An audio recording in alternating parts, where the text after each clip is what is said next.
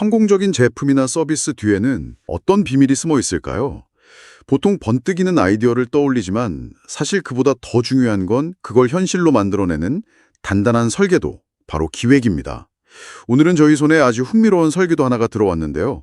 바로 AI 산업 디자인 기획이라는 교과목의 전체 구성안입니다. 네, 오늘 우리가 함께 살펴볼 이 자료는요, 이게 단순히 그냥 강의 계획서라고 보기에는 좀 어렵고요. AI라는 이 강력한 도구를 디자인과 비즈니스 기획이라는 영역에 어떻게 접목해야 하는지에 대한 아주 현실적이고 깊이 있는 고민이 담겨 있죠. 맞습니다. 그래서 오늘은 이 자료를 바탕으로 기획의 본질은 무엇인지, 그리고 AI가 이 과정을 어떻게 바꾸고 있는지 그 핵심을 한번 파헤쳐 보려고 합니다. 이게 꼭 디자이너가 아니더라도 내 아이디어를 현실로 만드는 과정에 관심이 있다면 분명 생각할 거리를 많이 얻어가실 수 있을 겁니다. 이 강의 자료의 시작점이 아주 흥미롭더라고요. 어떤 점이요? 보통은 성공 사례로 멋지게 시작할 텐데 여기서는 대뜸 실패한 프로젝트 이야기부터 꺼내거든요. 바로 그 지점입니다. 저도 그걸 보고 좀 놀랐어요. 아이디어나 마케팅은 그럴듯했지만 결정적으로 기획의 부재 때문에 실패했던 사례들. 이런 접근 방식은 어떤 효과를 노린 걸까요? 성공담보다 실패담이 더 와닿으니까요. 네, 그런 면도 물론 있지만 더 근본적으로는 기획의 가치를 가장 극적으로 보여주기 위한 장치라고 봅니다. 기획이 없어서 이런 문제가 생겼다. 이걸 보여주면 사람들은 자연스럽게 만약 그때 제대로 된 기획이 있었다면 하고 상상하게 되거든요. 아, 그렇군요. 네. 즉, 기획을 하면 좋은 것이 아니라 없으면 안 되는 필수적인 안전장치로 인식하게 만드는 거죠. 이 자료에서도 명확히 짚고 있습니다. 기획은 문서 작업이 아니라 합리적인 의사결정 과정 그 자체라고요. 어떤 문제가 있을 때 그 현상을 분석하고 가능한 여러 대안을 찾아서 평가한 뒤에 최적의 실행 계획을 세우는 그 논리적인 흐름 전체가 기획인 셈입니다. 하지만 현실에서는 데이터가 부족하거나 시간이 촉박해서 리더의 어떤 직관적인 판단으로 빠르게 밀어붙여야 할 때도 많지 않나요? 그런 상황에서 이렇게 체계적인 기획이 오히려 속도를 늦추는 방해물이 될 수도 있지 않을까 하는 생각도 드는데요. 아주 날카로운 지적이십니다. 실제로 그런 딜레마가 많죠. 하지만 이 자료에서 말하는 기획은 발목을 잡는 그런 관료주의적 절차가 아닙니다. 오히려 불확실성이라는 짙은 안개 속에서 우리가 어디로 가야 할지 알려주는 일종의 나침반에 가깝다고 받아죠. 나침반이요? 네, 최소한의 데이터와 논리적 근거라도 있다면 완전한 암흑 속에서 헤매는 것보다는 실패 확률을 극적으로 줄일 수 있거든요. 그리고 더 중요한 역할이 또 있습니다. 어떤 거죠? 바로 소통의 도구라는 점입니다. 잘된 기획서는 팀원들에게 우리는 지금 이 산을 이런 경로로 이런 장비를 써서 오를 거야 라고 명확하게 알려주는 지도와 같아요. 모두가 같은 지도를 보고 있으면 설령 예상치 못한 난관을 만나더라도 훨씬 효율적으로 협업하면서 돌파해 나갈 수 있죠. 그렇군요.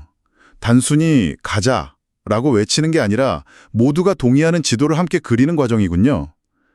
그렇다면 이 중요한 기획이라는 지도에 요즘 가장 뜨거운 기술인 AI를 더하면 어떤 시너지가 날지 정말 궁금해지는데요. 이 강의는 그 만남을 어떻게 풀어내고 있나요?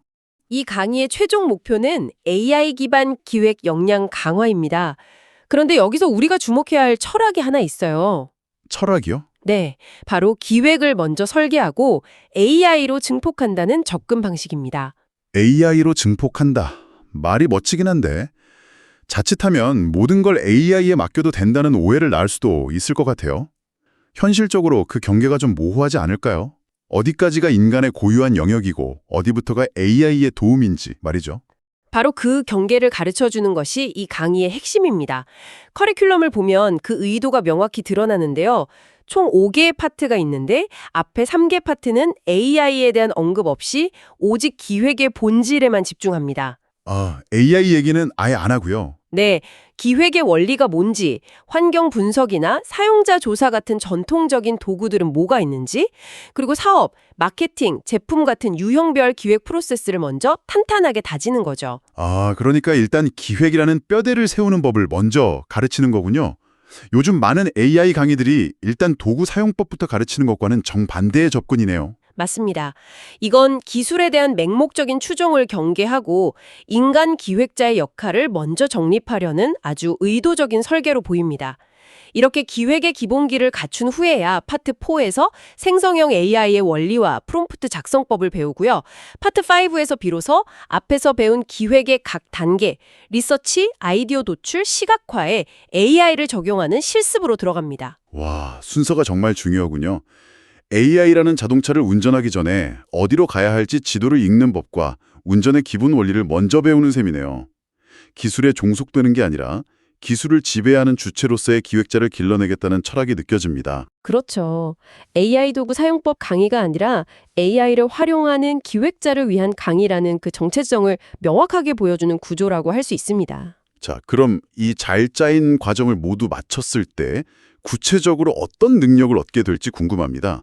실무 역량이 강화된다는 말은 사실 좀 막연하게 들리거든요. 가장 극적인 변화는 아마 시간의 개념이 바뀌는 걸 겁니다. 제가 예전에 한 프로젝트에서 경쟁사 시장 분석 리서치에만 2주를 꼬박 쓴 적이 있는데 요즘 비슷한 수준의 결과물을 AI로 뽑아보니까 이틀이 채 안 걸리더군요. 와, 2주가 이틀로 줄어든다고요? 이건 단순히 효율이 높아지는 수준을 넘어서는 변화인데요. 바로 그겁니다.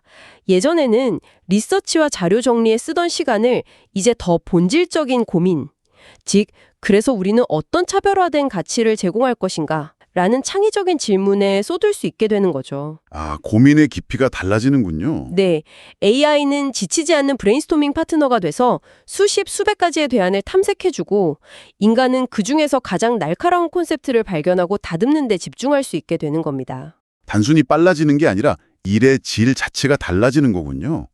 그리고 이 모든 과정의 결과물이 손에 잡히는 형태로 남는다는 점도 중요해 보입니다. 맞습니다. 가장 실질적인 결과물, 바로 포트폴리오죠. 이 강의는 실제 프로젝트 기반으로 진행되기 때문에 과정이 끝나면 사업 기획서, 디자인 시안, 브랜드 키비주얼 같은 구체적인 결과물이 남습니다.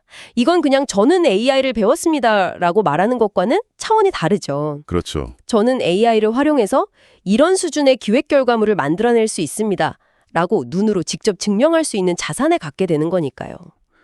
지금까지 기획의 필요성부터 AI를 결합한 구체적인 학습 과정, 그리고 기대 효과까지 살펴봤는데요. 이 자료의 마지막 부분에 이 모든 내용을 관통하는 아주 흥미로운 비유가 등장합니다. 아, 네. 바로 기획은 언어다라는 통찰입니다. 아, 저도 그 부분을 보고 무릎을 쳤습니다. 기획이라는 이 복잡한 행위의 본질을 정말 명쾌하게 꿰뚫고 있더군요. 솔직히 처음엔 좀 뜬구름 잡는 소리처럼 들렸습니다. 언어라니? 너무 추상적이잖아요. 이걸 어떻게 구체적으로 이해해야 할까요? 이 자료에서는 언어를 몇 가지 요소로 나누어서 기획에 빗대어서 설명합니다. 첫째는 어휘예요. 어휘요? 네, 외국어를 배울 때 단어를 많이 알아야 섬세한 표현이 가능한 것처럼 기획에서도 SWOT 분석, 페르소나, 린 캔버스 같은 다양한 도구와 용어들을 많이 알고 있어야 문제 상황을 더 정확하게 진단하고 표현할 수 있다는 거죠. 그렇군요. 도구들이 일종의 단어인 셈이네요. 그럼 문장도 있겠군요. 네, 그게 바로 두 번째 요소인 문법, 즉 그래머입니다. 더블 다이아몬드나 애자일 같은 분야별 기획 프로세스를 의미하죠. 우리가 단어들을 문법에 맞게 대열해야 의미가 통하는 문장이 되잖아요. 아, 그렇죠. 마찬가지로 기획에서도 흩어져 있는 데이터와 아이디어들을 논리적인 프로세스라는 문법에 따라 엮어야 비로소 설득력 있는 하나의 이야기가 만들어진다는 겁니다. 아, 이제 이해가 되네요. 어휘, 즉 도구와 문법, 즉 프로세스를 활용해서 만들어낸 최종 결과물, 성공적인 프로젝트가 바로 완성된 문장, 센텐스가 되는 거고요. 정확합니다. 그런데 더 흥미로운 점은요, 이 자료의 작성자가 이 비유를 AI에게 물어보고 그 답변을 실었다는 겁니다. 네, AI한테요. 네, AI가 인간의 통찰을 한 단계 더 발전시킨 내용이 포함되어 있어요. 와, AI가 이 비율을 확장했다고요? 그건 정말 궁금한데요. 뭐라고 하던가요? AI는 여기에 두 가지 아주 중요한 개념을 추가했습니다. 바로 수사학, 레토릭과 청자, 오디언스입니다. 수사학과 청자. 먼저 수사학은 같은 내용이라도 어떻게 표현하느냐에 따라 설득력이 달라진다는 개념입니다. 건조한 데이터만 나열하는 게 아니라 듣는 사람의 마음을 움직이는 스토리텔링이나 시각화를 더하는 것. 이게 바로 기획을 완성하는 수사학이라는 거죠. 그리고 청자. 듣는 사람에 따라 언어를 바꿔야 한다는 거군요. 아, 이건 정말 뼈아프게 와닿는 지적이네요. 개발팀한테 사업 수익성만 늘어놓으면 외계어처럼 듣고 경영진에게 기술적인 디테일만 설명하면 지루해하는 경우가 바로 저런 거군요. 바로 그겁니다. 누구에게 말하는지를 고려하지 않으면 아무리 완벽한 논리를 갖춘 기획이라도 결국 소통에 실패할 수 있다는 핵심을 AI가 정확히 짚어낸 거죠. 놀랍네요. 결국 뛰어난 기획자는 단순히 기술자가 아니라 상황에 맞는 어휘와 문법을 쓰고 상대를 고려한 수사학까지 구사하는 유창한 언어 구사 능력자라고 할 수 있겠군요. 맞습니다. 오늘 우리가 함께 살펴본 AI 산업 디자인 기획 강의 설계도는 AI 시대에 필요한 역량이 무엇인지 아주 명확하게 보여주고 있습니다. 네, 오늘 대화를 정리해보자면 중요한 건 AI 도구 그 자체가 아니라 기획이라는 탄탄한 언어 체계를 먼저 갖추고 그 위에 AI라는 강력한 증폭기를 어떻게 현명하게 활용할 것인가 하는 점이네요. 이 질문에 대한 자신만의 답을 찾는 과정이 앞으로의 경쟁력을 결정하게 될 것 같습니다. 아주 좋은 정리입니다. 여기서 이 자료가 우리에게 던지는 마지막 질문을 하나 드리고 싶습니다.